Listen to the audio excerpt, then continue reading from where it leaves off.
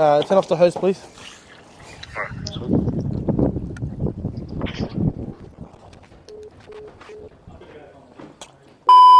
So with the barter from Jim's Roofing, it's a bit different for me today. I actually got an issue myself with the problem in here, and who better to get than Jim's Roofing to help out. So we've actually had a leak in our roof, which is pretty common for a lot of people with storms and all that sort of stuff all around Australia, and our guys at Jim's Roofing, like Obi, can come and help us out. So let's run through this, Obi. So what's going on here? First thing first, what's going on here, we're going to need to cut the plaster, okay? Just to make sure exactly what's going on. With Jim's Roofing, we'll always try to find exactly the point. So if we're going to need to cut plaster, we will cut it, okay? Just to ensure the customer's happy, and at the end of the day, we find the exact problem. Now, with your problem, you've got a bathroom right over here, and you've got a spreader, you've got a flashing that's dismantled, and we're not really sure if it's coming from the bathroom or the downpipe. So what we're going to do is firstly cut the plaster, find the exact point, do a water test, and then fix the problem.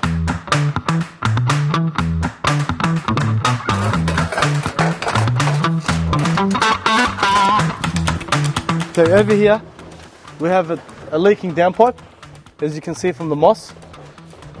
Okay, this is blocked up. This colorbond roof sheet doesn't actually go all the way to the wall. So when you have a gush of rain with strong rains and that dirt over there is blocking up the flashing, could cause the water to overflow inside the house, which might be causing that leak as well, which might have caused that water to separate off the tiles, causing the bathroom to leak, causing the roof to leak. There's a crack right over here in the flashing, which we're going to find out as well. Once we do the water test, everything will be sorted out.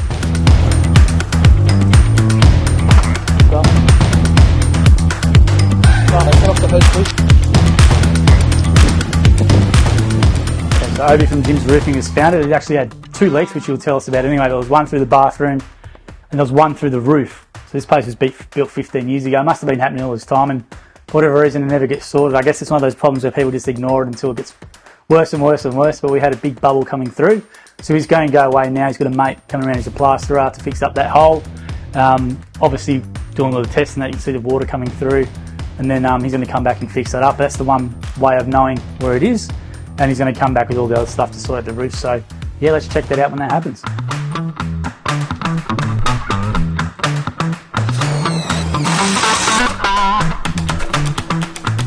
Okay, so we'll remove the flashing, taking off the screws were too small and they rusted out. We sealed up the holes, okay, and we put bigger screws in the 50mm, they're only 20mm. And then what we've done is we put foam right at the back there, so it attaches to the roof sheet and to the wall, and this is called value seal, value membrane. Doesn't allow water straight through, okay, anymore. We're going to reseal the downpipe. We've added the flashing there because it's actually come off the wall, so we've sealed that up, we've put that back in place. There will be no water from there. We've got to seal up the ridge cap and replace all the rusted screws, clean up the gutter, and we should be out of here.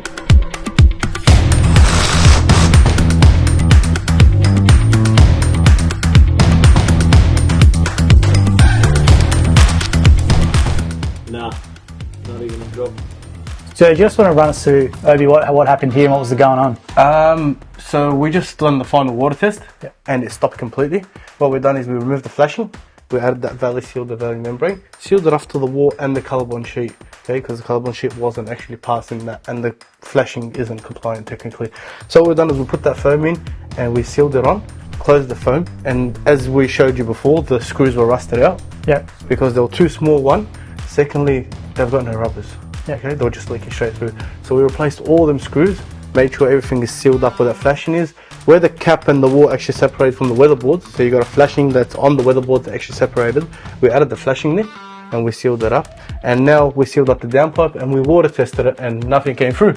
Which is good, because there's a lot of dodgy builders going around. We bought this place from 15 years ago, and I think it was an owner builder who did it. But this stuff is obviously for new builds now, isn't it? Very quite common, like all the flushings and all that sort of stuff. So right now, the flashings are all bigger. Yeah. The VBA tells us to put bigger flashings. Back then it was just whatever. Yeah, yeah. Back then it was just put. But the amazing thing though is that you come around at 1 o'clock, you had a plasterer here who didn't know, just came in, which was great. Cut a big hole in there so you could see, which is great. He's going to come back tomorrow to fix it up. But the great thing about it is you've only been here for less than 3 hours. You've fixed the bathroom area, and then you've obviously found the roof as well. Less than 3 hours. which is amazing. Well, that's what we do at gyms, yeah? Quality and efficient. It's great because my missus has been stressing real bad about this. We didn't know what to do. So it's great to come to gyms. And I think the beauty of using you guys is obviously this workmanship guarantee, but you've got all the contacts with the trades and all that sort of stuff. 100%. And this literally we were talking about last week and you came here and the time you're supposed to come, and it's been a really good experience. No, thank you.